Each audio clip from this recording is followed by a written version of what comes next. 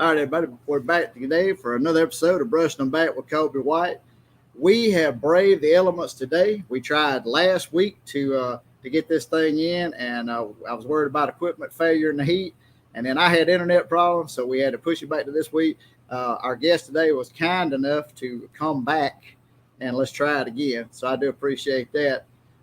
Before, guys, y'all hang in there. Before the end of the show, we're going to talk to you guys about some giveaway stuff we're going to do associated with this episode. So make sure you hang in there. I want to welcome our guest today, Mr. Josh Smith. Josh, how you doing today, brother? Oh, doing good. A little hot, but man, it's been that way for a couple of weeks. So. For anybody watching this, it looks a lot hotter. Just because we're sitting in the shade does not mean it's not hot out here. It's not boiling water 212, but it's doggone close at this point. It is. All right, today's episode, guys, we're going to be talking about shiny new things, and that is a facility called the Yards at Columbia, Mississippi. It was a brainchild that was been thought about for years. Finally came to fruition, and they took it to a place that, I know the folks of Marion County and the city of Columbia, they need to be proud of it because it's a beautiful facility, and we're going to talk about that today. Before we get started, though, Josh, let everybody know that's not from this area. What exactly do you do? Like, what is your title and what is your capacity here at the facility? My title is Parks and Recreation Manager for the City of Columbia. I'm employed by the City of Columbia, obviously. I'm out here daily, either here at the office, back and forth, scheduling tournaments, scheduling fall ball games, spring games, stuff like that. Also out here just overseeing the crew we have out here and working hand in hand with them to make this the best facility we can. Matter of fact, we got a crew. I don't know if they're still over there, but we got a crew somehow out here braving the heat, trying to practice right now. So, and then, of course, Josh told me just a few minutes ago, they had a crew in here earlier at 2 o'clock today, and it might have been 212 degrees at 2 o'clock today. Yeah, that turf gets hot. Yeah, it was some kind. I can't imagine them kids out there on that in that those conditions. All right, let's get started. For like I said, people in this area know a little bit about the Yards. Some folks that we got outside this local area that are viewers of the show. Let's talk about the genesis of this facility, like from when it was originally a concept all the way to the point y'all broke ground. Kind of catch us up to speed. You know, we see what we see today, but I mean, what was it when it was just dirt and trees? So I was hired on it in October, but also I grew up here in the Marion County area, so I grew up playing at Dean Grinder, but this has kind of been a concept that's been dreamed about for a long time since I was a kid. You know, people in the area have talked about building a new ballpark for kids and even adults to play. A couple of years ago, the mayor, Justin McKenzie, and the board of aldermen kind of had the idea of let's get the ball rolling again. I was actually sent a Facebook article a few days ago from, I think it was 2001, where it was originally planned in this same area. But a few years ago, they kind of got the ball rolling on it. It was between here and another spot here in town. This location was ultimately chosen, which I think was the perfect location for it, being right here, close to lots of restaurants. It is centrally located, that is for sure. So, and that's kind of the dream to get to here. Started a few years ago with them, and here we are. You mentioned Dean Grinder earlier. For some of those outside the area that don't know what Dean Grinder is, Dean Grinder was a Little League, or it's a Dixie Youth Little League facility that was here in town. We also have another Dixie Youth Park called Duckworth Park, and then of course we have what locals call the Columbia Water Park. That's where a lot of softball tournaments and stuff like that. Back in the Stone Ages, like when I played, that's where we went. We went to the water park to play, and they kind of took 3 aging facilities and brought it in, to this gem of a facility that we got now. Now those 3 facilities are still active and operational. So the Dean Grinder facility, it has actually went back to the Grinder family. We leased it because we needed it for practices this spring, but after that we have turned it back over to the Grinder family, and it is no longer in service. The Duckworth Park is owned by the city, so we still maintain it. Put a new walking trail in out there a couple of months ago, so it is still up in operation. We just don't play any games out there. And then the water park is owned by the county. It is still up and running. And that's also a river access, too. That's one of the main drawing points it has. And it's got some camping outlets and stuff like that. Yeah, it's more than just a ball field. It's more than just ball fields. They just thought it'd be a good idea to put some ball fields out there. So. All right, so what – first of all, this spot we're on right now, what was it when y'all actually got to the construction aspect of the breaking ground part? Woods and just a lot of woods is my understanding. So yeah, this is pretty. I'm telling you, before y'all started, this is pretty thick. Y'all ran a lot of deer out this hole. Yes. I promise you. So how long from the time you guys were able to actually get in here and clear the land, the breaking, the groundbreaking ceremony and all that kind of stuff, from then to playing the first game, like what kind of time frame? I believe it was just over a year. Obviously, there were some steps along the way. This would get done, then the next step would take place. But just over a year, I believe, is the grand total on that, from breaking ground until we actually played the first game out here. Okay, now a lot of folks locally might know part of this story. Folks outside this area don't know this story. We didn't just we wasn't like the lady on Bewitched. We didn't just twitch our nose and this place appeared. It was a financial cost associated with it. Kind of catch everybody up on how exactly this project was funded. So it's funded by a 3% sales tax that we have here in the city of Columbia on restaurant sales, prepared foods, and then hotel tax on people staying at local hotels. So, and that's been in effect, I believe, 4 or 5 years. Yeah, I think it's had to be at least 3. I want to say, I don't remember exactly when it was. I do know it was at least probably 2 years in effect before y'all actually started breaking ground or actually clearing the spot. Correct. So yeah, it's just a tax and tourism tax. And I will say this, I was amazed at the speed in which y'all started clearing and you actually saw construction going on out here. And what was so crazy about it, we're sitting in the middle of a drought right now. We're joking about it being 200 degrees out here and it hadn't rained. We hadn't had any noticeable rain in probably almost 2 months now. It seems that way for sure. You guys were just steaming along, getting these ballparks ready, getting the parking lot area ready, and then it seemed like it rained every day for a month and a half, which I know put y'all behind because y'all got started. Did y'all get started on time, or were y'all a little late from your initial start? I believe everything was started on time. Like I said, I came in October on site, so I don't know all the details. I think if it was, there was a lot of candles being burned at both ends. Yeah, I know as we got down to crunch time, it was not quite 24 hours a day getting everything done, but it was close to it. There was a lot of generator lights burning out here for a while. So. All right, so we've covered kind of this place going from just a wooded swamp to this beautiful facility we're at. Guys, this backdrop behind him doesn't give it justice. And like I said, you need to come out and try it out. I'll tell you what, let's just a quick run through, because like I said, all y'all can see is what's directly behind it. Tell us a little bit about the layout here, because we were talking about this before we got started about how you guys decided the types of fields, how y'all named them, that whole process. What did y'all go through to do that? So we've got 6 fields in total. We've got 3 fields that are high school baseball size we can play anything from T-ball on them. We have lots of travel ball tournaments, baseball and softball, so we play all ages on those, but they're 300-foot fences, so you can play as much as you want on them. We've also got 3 fields that are around 220. Those fields are designed after and resemble like Fenway Park. We got Wrigley Field, Yankee Stadium. So if you ever see an aerial photo, some people ask what's wrong with the fence, but it's designed after Fenway Park. You've got the nook in right center, or Wrigley, you've got the quirks that they have. So that's kind of the genesis of the field layout. So yeah, Josh bummed me out when he said something about one of them was named Wrigley Field, and I was asking about the ivy, but they're not going to go to that much trouble to grow the ivy. Yeah, no ivy. That's pretty disappointing. That's what draws the folks to Chicago. All right, so you've been here since October. That is correct. So you have almost a year in here. Essentially, I'm not saying your season is over, your year is over, because you did say y'all got some fall ball coming up. That won't, but trust me, fall ball will be a blessing. It'll be a little cooler weather. That's so. And you guys also have something else going to be starting here pretty soon. So we've got we're partnering. We're joining up with the local football league, so we're involved with football. It won't be out here; it'll be at the local high schools, but we're also doing that through the Parks and Recreation. We've got fall ball starting up. Registration ends Tuesday. We'll start here in a couple of weeks, and then as soon as fall ball ends for baseball and softball, we're partnering with the Rotary Club here in Columbia. They've always done it out at the Columbia Water Park. They're moving it here.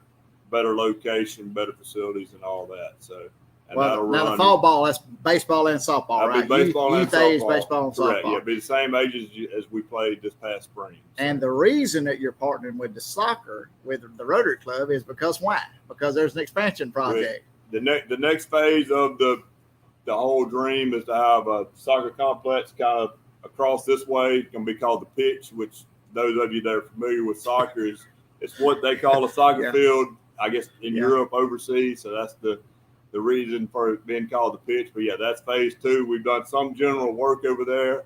Like we said, everything works in phases as funding comes in for different projects. So that's the plan, is to have soccer fields up and running by next fall. So. Josh, it's okay. I saw the pitch. I didn't know what it was either. I had to have my kids explain it to me because they refer to soccer as football, which is a blasphemy to me. But I mean, that's just me though. So, all right. So you got almost a year in. Fall ball will be a lot more relaxed and a lot more laid back. Correct. It usually is because the numbers aren't nearly as large. You had a pretty insane summer here, I would say. We did. Because you had youth rec league baseball and softball going on. You had travel ball tournaments. It seemed like every other day, but you said it was every weekend. Pretty much every weekend. It seemed like every other day somebody was down here. And then, of course, with all the practices and everything else, you guys were essentially running 7 days a week for, 4 months now, right? Yes. Yeah, we started up. So it was crazy right there, end of March, 1st of April, as we opened up, getting everything here finished. And then we started spring league April 1st, that Friday night. But yeah, it's been crazy since then. We played 4 nights a week, and then most weekends we had a tournament. There were a few weekends we didn't have a tournament. We actually had some rain at the beginning there, and then we had a district tournament for Dixie Youth, and then we had a total of 4 tournaments over 2 weekends, 2 each weekend were Dixie State tournaments, and then we pretty much had a baseball or softball travel tournament pretty much every weekend. So we'll get kicked back up next weekend with more of them. So. You sound like a fella that needs a nap. So I try to get one as much as possible. All right. So growing pains. I mean, you're in year 1. Well, you're not just year 1. This entire facility is in year 1. Right. Let's talk about growing pains. Okay. So far, has it run smoothly, or are you having a few hiccups? There's been a few hiccups here and there. I think for the most part, it's ran pretty smooth. There's been a few hiccups. Obviously combining Dean Griner and Duckworth had its growing pains. You had one predominantly white league, one predominantly black league. So a lot of it was not a racial thing. It was more of a coaches and just parents in general not knowing each other. Yeah, it's a lot of individuals. Right. Yeah, well, this facility did exactly what you want to do. It brought the community together, really, essentially for the first time. Right. So yeah, it's we've had some growing pains with that, but everybody got along. It's youth baseball and softball, so you got a few incidents, but it was nothing that way. Yeah. It was just people didn't like calls. And in a competitive environment like baseball and softball, tempers are going to flare and attitudes are going to snarl. I know all about. Trust me, that's what we was joking earlier about. I umpired a couple of years, and I told myself I can't do that anymore. These folks drive me crazy. All right, so you would say within this first year, everything has run as smoothly as you would have expected it to run. Yeah, obviously there's some things, I'm critiquing myself just as much as anybody, but yeah, there's been a few hiccups and problems we've had, but all in all, I think everything has ran as well as we could have hoped and expected. Obviously, brand new facility, things happen, but I think we're moving in the right direction and got things going well. All right. Well, what about? I mean, I know what the newspaper said. I know what the media was pushing about this facility, about how they want to use this facility to bring the entire community together under one umbrella and all that kind of stuff. And that's fantastic. That's good press is what that is. But the real driving force here, it's everywhere. It's money. And if this thing ain't making no money, it's not worth having it here. You know what I'm saying? Correct. And you probably felt the pressure of that. And I think like I said, it seems like y'all have had somebody down here playing ball every night for the last 4 months. It sure seems that way. But yeah, obviously when you build something like this and put the money that the city has invested into this and the citizens of Columbia and Marion County, you want to see it succeed and grow. And I believe we've done that. We've got the travel ball tournaments. You're bringing a couple thousand people in a weekend. We had one tournament. We had, I think, 6 states represented with people from, I think, further away as Texas, Oklahoma, Florida. So that was good for the local community to have people come in. So. I'm glad you brought up travel ball. If we're going to talk about travel ball just a second. I don't call travel ball. I call it money ball. Because to me, people have tried to convince me otherwise. I don't see enough benefits in travel ball from a kid standpoint.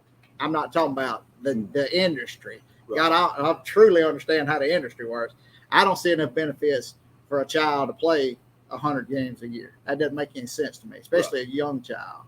So was travel ball, when this was being kicked around and proposed and being built and all this kind of stuff, was travel ball the influence, the influx of travel ball coming to this? Because, travel ball is a big deal around here. Right. I mean, the state of Mississippi has just been engulfed with travel ball and the surrounding area.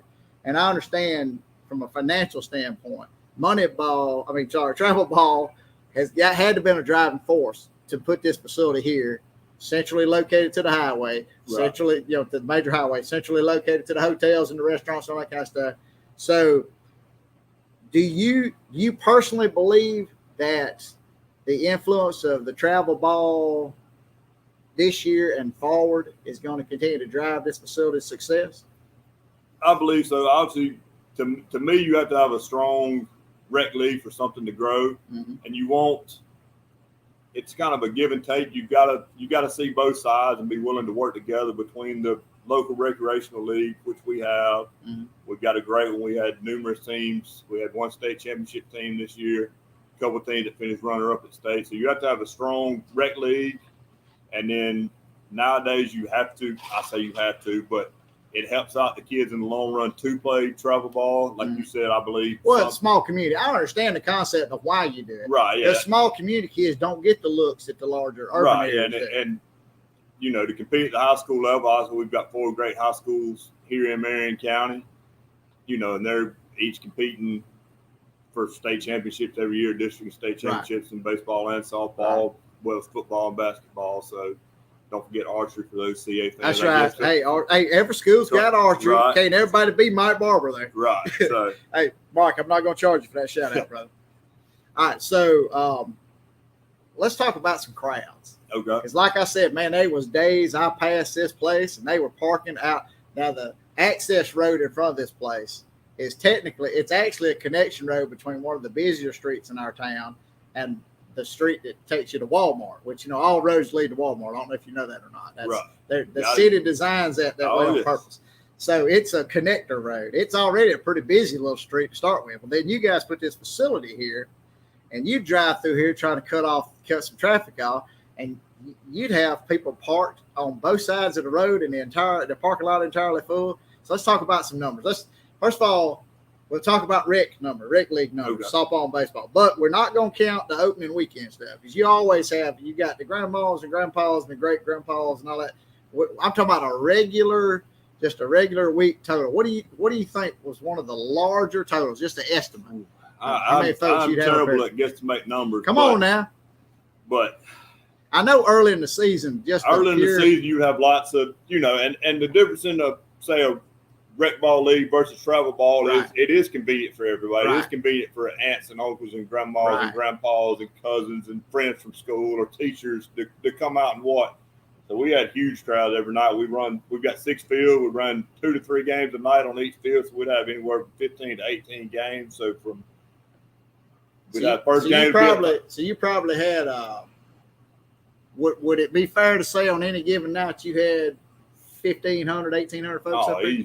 Easily, closer to 2,000. I would say 2,000, 2,500. Because it's rotating, because when one game ends, somebody else rolls in. Yeah, all right, so the reason I ask you that is because we're going to shift gears now to the travel ball. Okay. Where you might have, what's the farthest team, distance-wise, that you can remember during the season that traveled here to play ball? Like during just regular season? Yeah, I mean, just any of these travel ball weekends. Travel ball. I know we had one family that was from Orlando. Now, they were playing with a team that was based out of the Birmingham area. Okay. But just talking in general that weekend, One thing was talking about having to drive back to Orlando. I know we had a couple of teams from Texas. I think we had a team from Oklahoma here. So yeah, I was wondering because I actually ran into some folks in Walmart one of them weekends, and they had some Oklahoma State gear or something on. Right. I said, "You folks from?" I said, "Y'all must be here for the travel ball." And he said, "Yeah, my son plays." And he said, "Yeah, we're from." He named off someplace I had never heard of. He said it's close to Stillwater, and I said, "Well, I know where that's at." So I was just curious.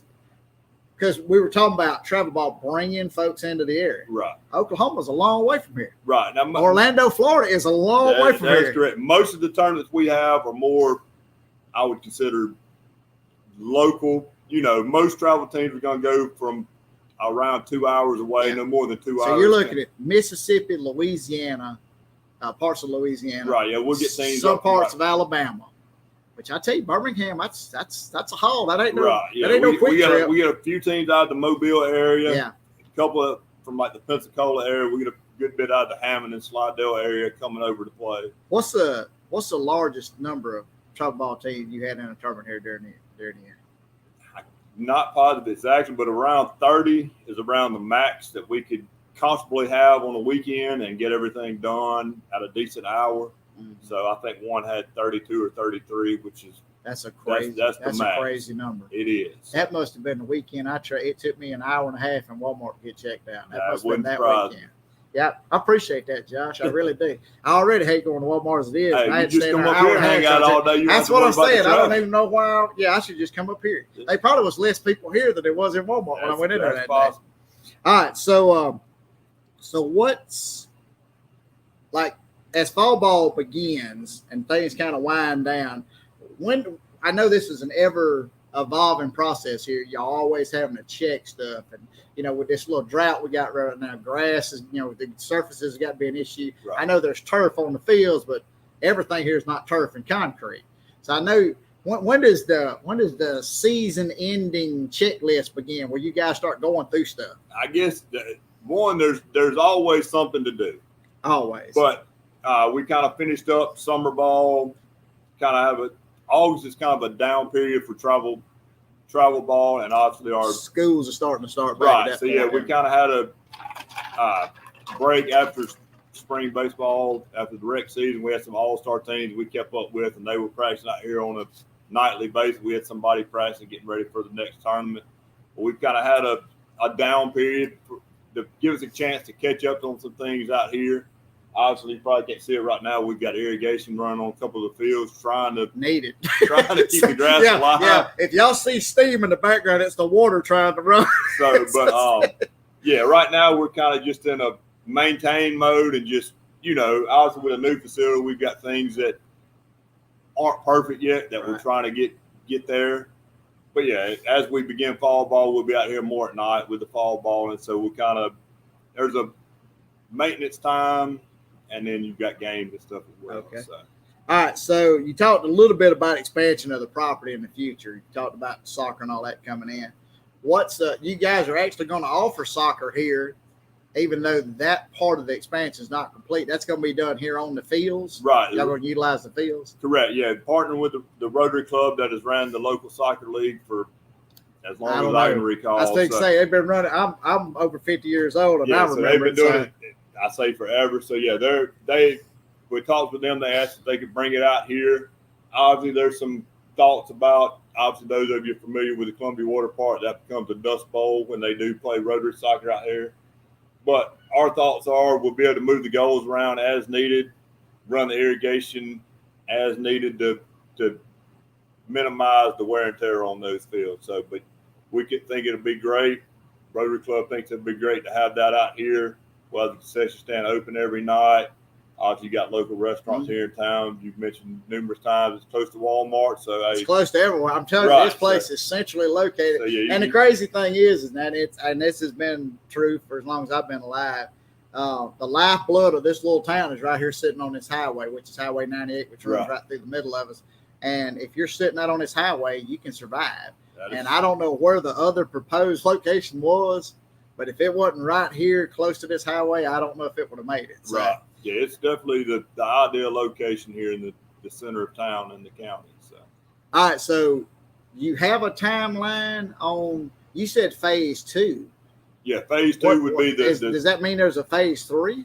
So the long-term master plan would be to have master plan. I like that. The master plan would be to have soccer fields kind of across the ditch here to my right. I think we're gonna have 5 or 6 soccer fields, so and then that's not a ditch. That is a irrigation rechanneling area. There we go. Called it the other day.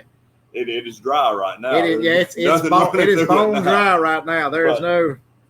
And so we're also planning to build some new tennis courts in the future, as well as resurfacing the old tennis courts here in town into pickleball. Okay, I haven't played pickleball myself, but I'm telling you, man, the up-and-coming game. So I know you mentioned when you drove in, we've got some work going on the irrigation pond across the way.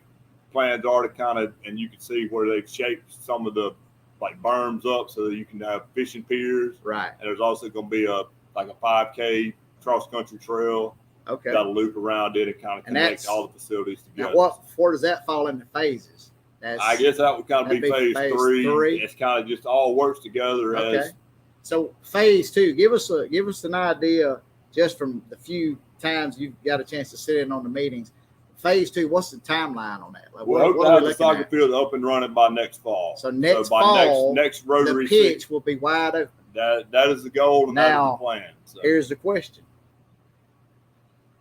I'm not saying that's a long way away. I mean, we literally, that's what I would say from here we could see it, but I technically can't see it. It's over there. It's not far. It's probably a couple hundred yards. And I understand this is a large facility and it's going to become even larger.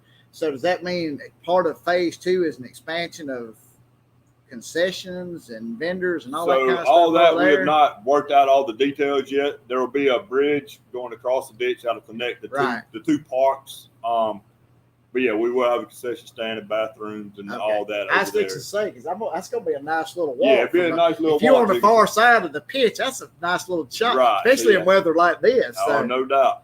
All right, so, and you said phase 3 is going to be some work across the road. Essentially, this entire this area on both sides of this street or this road will be part of this project. Right, everything obviously back to my left, your right. It's kind of where the property line ends. Everything back to my right, all the way back out to the road. Okay. City owned. So to your left, we've run out of room going that way. Correct. We're headed back toward Broad Street, which is what this is R.A. Johnson. R.A. Johnson, right here. Yeah, that you're on, and it goes over to Broad Street, which we can almost see from here if the sun wasn't in our eyes. So, but okay, so we're gonna go as far as we can in that direction. That'll be parking and all kind of stuff, right? Parking, tennis courts, pickleball. We're gonna be doing it all. Right. So, is there anything off the table? Like, is there some type of sports activity that's off the table that's been like, you know what, we don't know, we're not doing that? So. No, I don't guess. As far as I know, there's been no discussion of like an indoor basketball gym or anything like that. That would be, something I've thought about. I know other places have, but it'd be air conditioning inside. Would be great right now. As hot as it is right now, indoor anything would be good. Right. So. Be everything right now is,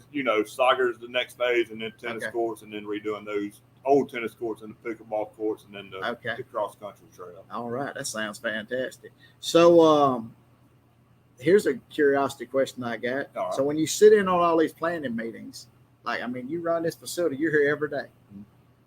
Does your opinion or your input carry a lot of weight with those? I don't know how much weight it carries. Come on now. I mean, you're the guy that's here every day. Yeah, when I was hired on, brought in, lots of meetings with Justin, our mayor, Jeff Dungan out at Dungan Engineering, Brock and Parker with Dungan as well. Sit in on some meetings, and I would say my input was at least heard. So I think long term going forward, we'll all work together to figure out what's best for the city going forward. All right. Hey, folks, I'm going to take one quick break. I need to make a quick announcement. This is something that I probably should have covered at the beginning of the show. We're having a big problem here at Brushing Them Back with Colby White. We are part of the Sideline Sports Network. The problem is we got folks that are coming trying to find us, and because Sideline Sports has such a diverse amount of sports programming, they're having difficulty finding us amongst all that. So I've come up with a solution. We're going to give you an opportunity to subscribe to the Wally Media Group YouTube page. which is affiliated with, or Brushing Back's affiliated with it. And by doing that, I'll have a created playlist. This episode will be added to it post haste after we get done. I'll get it added to that list, and you'll be able to pull up under that playlist every episode that we've put out to this point, and it'll be a lot easier for you guys to find. It'll still stream through our sports network, so it'll still be part of that also.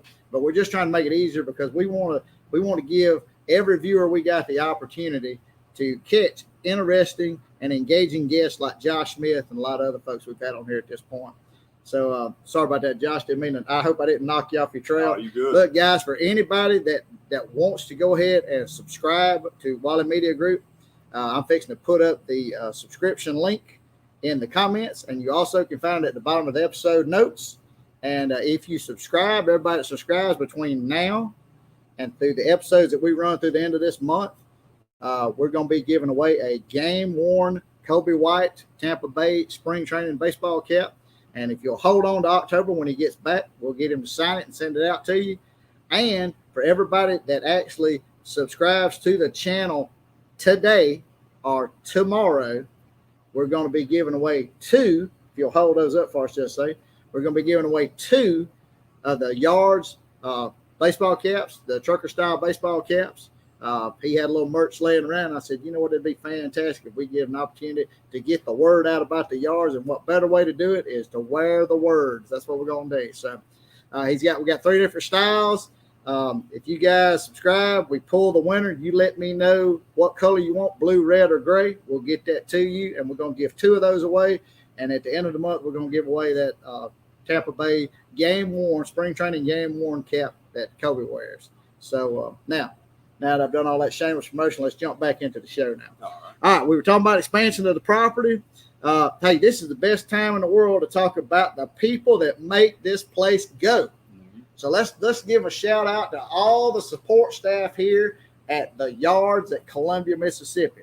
So I tell you what, let's start off with some really hard-working folks. Okay, the property management people. I know you're technically the property manager. You oversee everything, but there's got to be some hardworking folks that make you look fantastic day in and day out. Who is that? Has some great guys. Will Jordan is my assistant. He's a local guy here from in town. He got hired on right as we started early March, preparing to open up everything. He's been here since day one with everything. Great guy. He also provides some amazing photography and videos associated with this facility. So guys, if you see Will a video, Jordan photography or video services, that guy's amazing. So you are correct. And he's Will didn't pay me, but Will, if you want to, I'll shoot you my Venmo. Also, we've had Jalen and Jerron Anderson. They were full-time. They recently went part-time for me. They got teaching jobs over at West Marion, so glad for them. But they've been here. They're now part-time. They want to stay on and be involved on the weekends and at nights when they can. Great guys. Also, Dakota, he's playing football over at Columbia High right now, so he's kind of part-time with us right now as well. We'll have him on the weekends as well. But all 4 of those guys, man, they were great back during the spring season, throughout the summer, getting things done, getting things prepared on a daily basis. Just hired on Shane Harrington, who local assistant softball coach here with Columbia High. He's helping us out in the mornings now that the Twins are kind of going part-time on us. So all those guys, man, you tell them what you need done, they get it done. See what needs to be done, they get it done. So to me, that's the key, is seeing something and doing it without having to be told what to do, as far as mowing, weed eating, pulling a few weeds here and there, trash, cleaning, stocking bathrooms, all that. It takes all of us to get it done on a weekly basis, and they're great at what they do. So how many folks, and I'm not talking about like a game day, how many folks day in and day out does it take to keep this place looking the way it does? We got, right now with the Twins working over at West during the day, there's 3 of us out here during the day. Mm-hmm. So Shane is part-time, myself and Will are full-time. So we're out here throughout the day. Sometimes I have to go to the office, but they're out here most every day. So yeah, about 3-4 guys is what it takes to keep it up. Well, this place looks, and I know it's new, but this place looks amazing for just 3 or 4 guys. Appreciate the way it looks. All right, now let's segue to the most important aspect of this entire facility: the vendors. Let's talk about the vendors. So remember now, there's a certain vendor. If you get the name of his place wrong, he's going to be very upset with you. I guess I'll give him a shout out. But Jason and Sandy Morey, that own Crossroads Grill, they are our concessionaire. So they have a contract with the city. So whenever we're open, we've got games or lots of practice during the night, tournaments. They're here running concession stand, and it is another restaurant for the city of Columbia. I haven't had anything I don't like from in there. So you probably had to put on a few pounds up here. You spend every day. Unfortunately, I have. Your family doesn't see a whole lot of you. Right. So yeah, I eat here about every night. So, but yeah, little story. Early on in the season, we had I think it was a older couple or middle-aged couple anyway. They were out here, didn't have a kid playing. They literally just come by to eat. Hey, so ain't nothing wrong with that. Listen, the older I get, the more excited I get about eating. Right, and you know, it's not just ballpark, your typical ballpark hamburgers, hot dogs, nachos. We've got everything from fried chicken tenders to fried fish to egg rolls to you name it. Jason he'll at least, if enough people ask him, he'll do it. So he can drop it in grease. He'll drop it in grease and fry it up. So. All right. So who else besides what other vendors do you have on? Because I've noticed, and I don't know if he's up here all the time. The Italian Ice. I don't know the gentleman's name. I've seen his truck up here before. Right. So I don't know if you can tell back over behind my left shoulder here. There's a green trailer sitting here. We've got a 3 or 4 food trailer spot. That was kind of the idea when this place was built, was to be a little bit different. You know, you got your cookie cutter ball complexes, and that's something that we strive not to be. So we've got a couple food spots. We've got the Jalou Italian Ice. We've got Coffee House, the new coffee shop here in town. They've been out here since the beginning. We've got a sweets trailer that's based out of Seminary. He comes over about every weekend, a couple nights during the week, does funnel cakes, things like that. Kind of your I guess fair foods, I guess would be what you would call those. So yeah, they've been out here since the beginning. They do a good job. Everybody enjoys them. So the Coffee House. Oh, that's Caleb. That's Caleb Brown's new place. Yeah, Caleb. Look, fall ball's coming. Caleb's fixing to sell a bunch of coffee. Oh, ain't no doubt about it. So.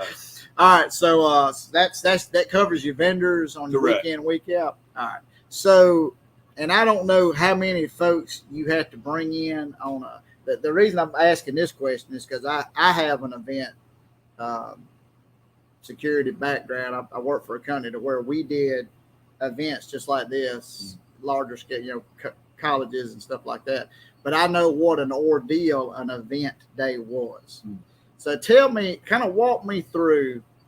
I'm assuming it's kind of cut and paste day after day after day, but like a weekend. Let's take a travel ball weekend for example.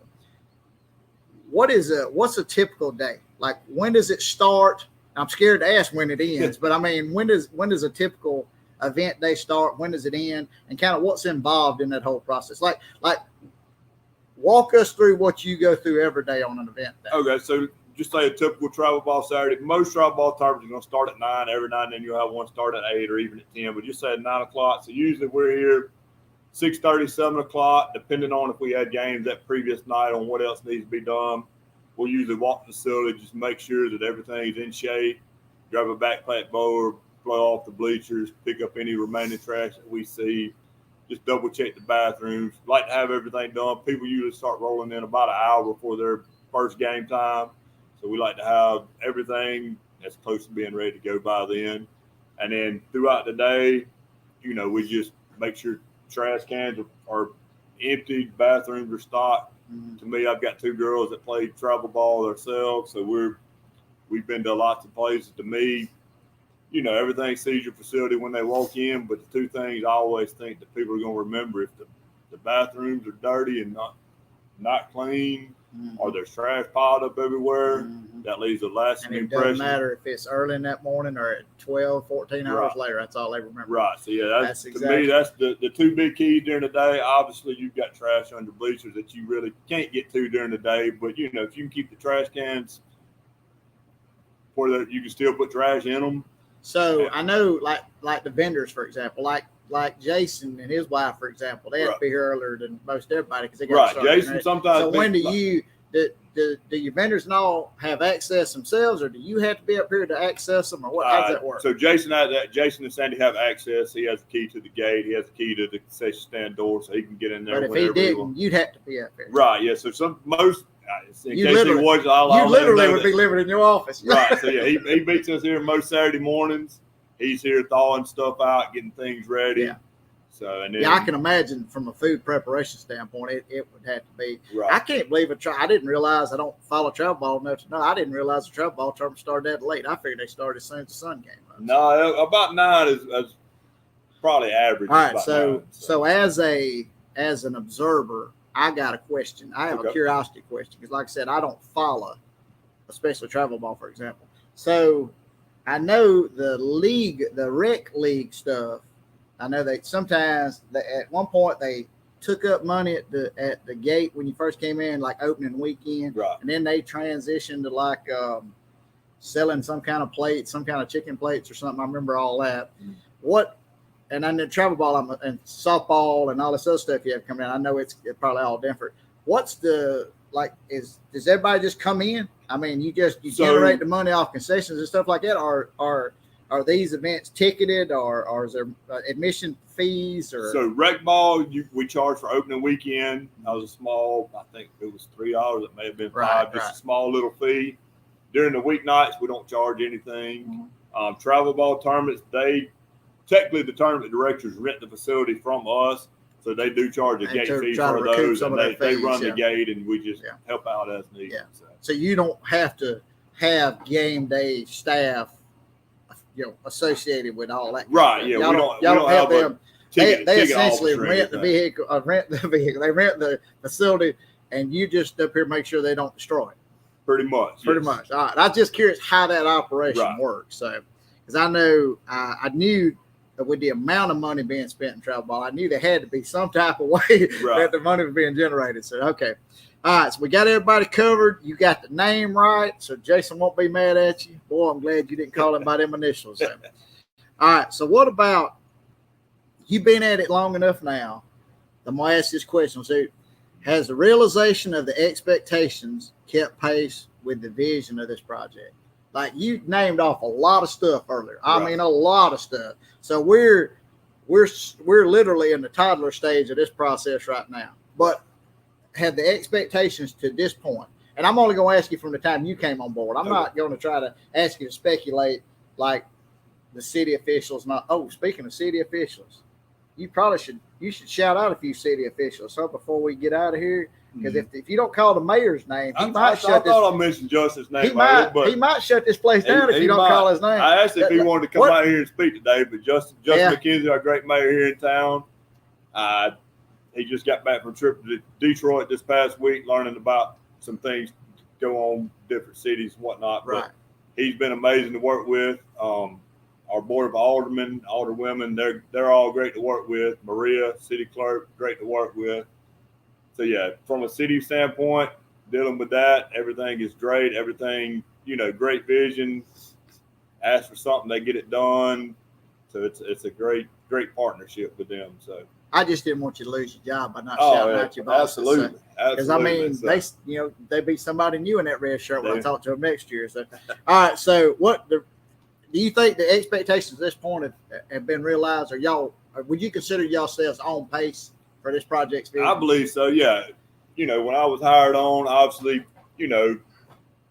merging of the two leagues and having a great rec ball program was obviously. You always had that here in town, but that was kind of making sure that merger went as successful as possible. You had competitive all-star teams, which is always a plus. It helps generate interest in it for the following year, and I believe we did that. As far as the travel ball side, most of the city officials weren't very familiar with the travel ball aspect. Where I've coached, you got girls playing it, so kind of knew the background on it. So, we were able to get some tournaments in here, some great directors we worked with on the baseball and the softball side. They brought in some great tournaments. Like I mentioned, we had the one that had 30 teams, but I think close to 20 of those teams being from out of state. So that was a great weekend, great interest, local restaurants and hotels. Greatly appreciated when they can get some money. We know when travel balls here. You can't get in a restaurant in this town. So that's a good problem. Obviously. That is a horrible problem to have, right. But it's a good one to have there. Good question. We got the grill right here next to us. I get a question. I text pretty much weekly from them. Hey, how many teams y'all got coming in this weekend? Because they want to make sure they've got it staffed properly. So. Trust me, we love to see outside Columbia money coming in. Right. All right. So I was going to ask a question about what was the difference between an event day or an event weekend for you and a non-event day? But since October, it sounds like every day's been an event day. Pretty much. Do you ever have do you have a day off every week? Usually. And that's today, and I'm taking it today. Sorry about that, brother. No, it's part of it. So I appreciate you coming and telling us about the yards on your day off. So some days I may come in an hour or two late. Sometimes I may sneak out an hour or two early. It's one of them. I don't technically have to be here every night during rec ball season or every Saturday. But my thought's always been, we're new, we're getting it up and running. I want to make sure, as the director, I want to make sure everything's running as smoothly as possible. So I've been here as much as possible and plan to be that way. Like I said, I got a great staff, so I trust them fully if I'm not here. But I want to make sure that things are done as good as possible. You're preaching to the choir about wanting to be here to put your eyes on everything. Right. Because like I said, the company I work for, I was fortunate enough that I was the main overseer guy for the contract at Southern Miss during my time there. I got promoted to full-time status with the company, and they've moved me to Oxford, and I oversaw Ole Miss for 4.5 years. And my boss used to tell me all the time, look, man, football season's over. Just kind of let you guys run things, take some days off. I said, I can't, boss. If they screw up something and the client's calling, screaming at me, they're going to yell at me. They're not going to yell at the guys there. So I know exactly what you're talking about. And as you get deeper into this process, you probably will, you'll take your hands off of it a little bit. You got to have some downtime and get away, but it's also you want to make sure things are getting done. All right. So a non-event, do you have, I hear you make the reference to the office. Right. You just popping in and out there. You're not really, you don't get to spend a whole day. You're not a city official. You'll get to sit in your office all day Justin does. No. Yeah, Justin sits in that. Oh, Justin, I know he didn't agree with me. Justin's probably there less than I am. Yeah, I told you. He's a working man for sure. I don't know about the mayor in your city, but the mayor in our city, if something's broken, that dude will jump on a backhoe or any piece of heavy equipment. He's out there working with his crews. So I can't. Yeah, for as many critics as Justin's got, he's got a fan here because I always see him doing something. I'm surprised he's not over on the dojo working on the soccer fields right now. He's trying to get the pitch ready. Yeah, usually it depends week to week, but usually I try to go in for an hour or so a day and just check emails and make sure everything's going. Usually I try to spend close to one full day over there and just get stuff going. Obviously this week with some fall ball restoration ending and getting that, I might be there a little bit more, just getting that ready, but it depends on the week. You said something a minute ago. I'm still trying to wrap my mind around it. You have a pretty solid knowledge of how travel ball works, softball and baseball. And then you said you have two children. Correct. You said two daughters, both play travel ball. Right. When in the world do they play all their travel ball here? They don't play all their travel ball here. So my youngest one, how do you pull that off? If you're here all the time, how do you? So my youngest is 12. Mm-hmm. So they'll play a lot of their tournaments here. They'll go a couple of other places. Now my oldest daughter, she's a junior this year, so they're playing more at junior colleges this fall, trying to get recruited, get looked at her team. Mm-hmm. So I'm just trying to figure out. You must have cloned yourself somewhere down there. There's no way you can get all this stuff. Right. Yeah, there was a few times I didn't get to see them play this past spring, but I'll try to get away and watch some of it, or, my wife will go with them. I was just curious how you was pulling that off. Yeah, it's hard to be as many places as you need to be sometimes. So I came up here just to check in with you last week when we were trying to get this show done last week.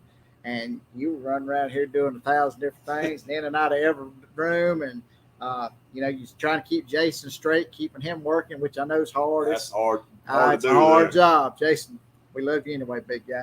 But anyway, And I was just wondering how you pulled all that off.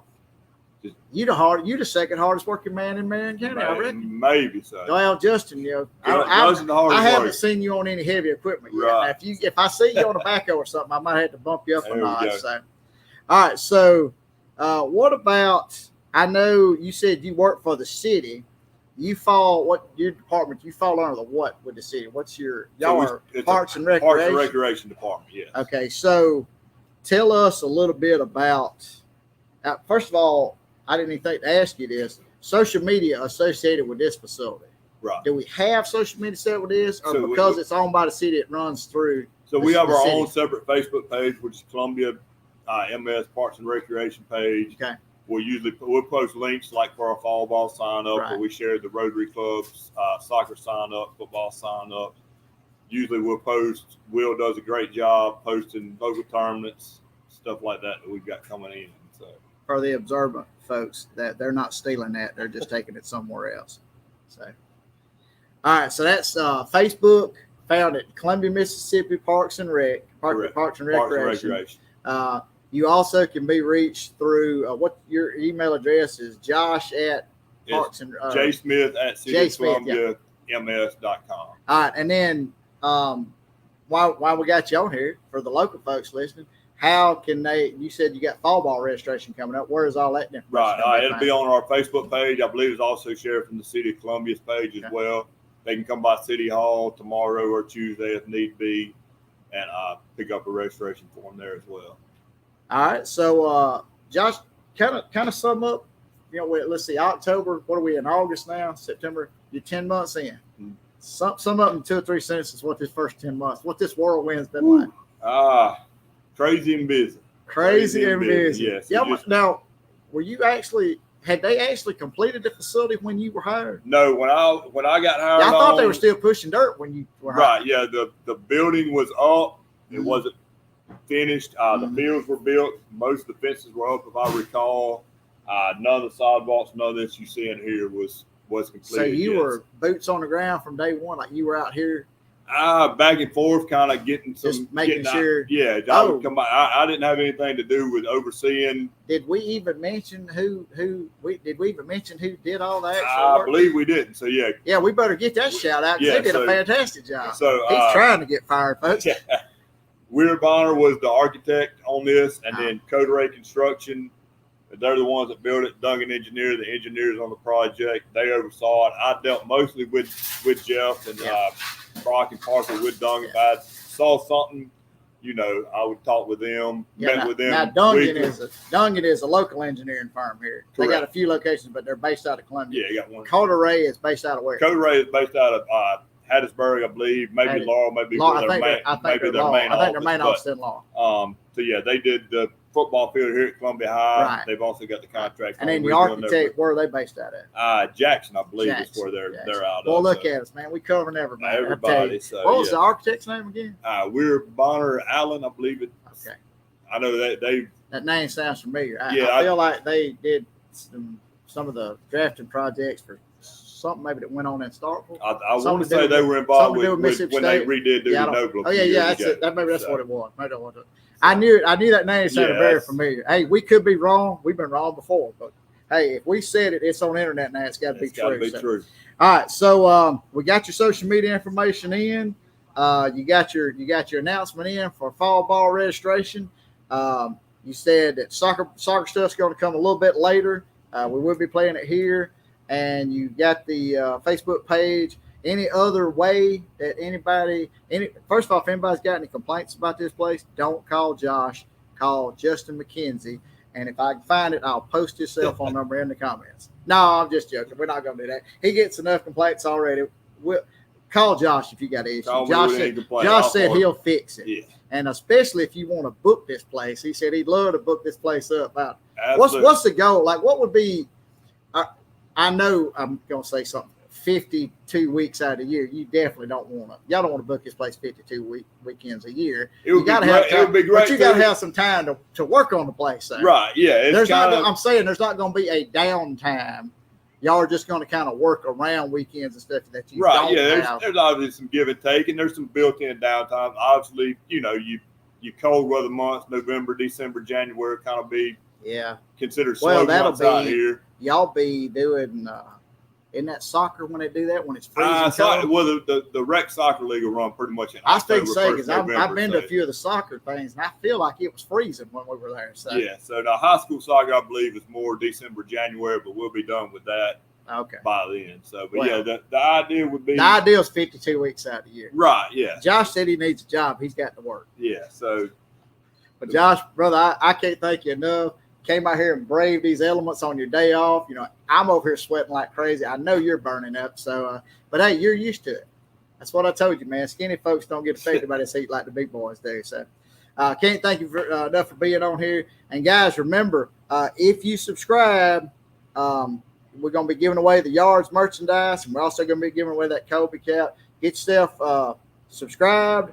We need you to like and share this episode and all the other episodes we got, because that helps with all that algorithm about YouTube and all that stuff. So we'll see you guys next week, and y'all have a good one.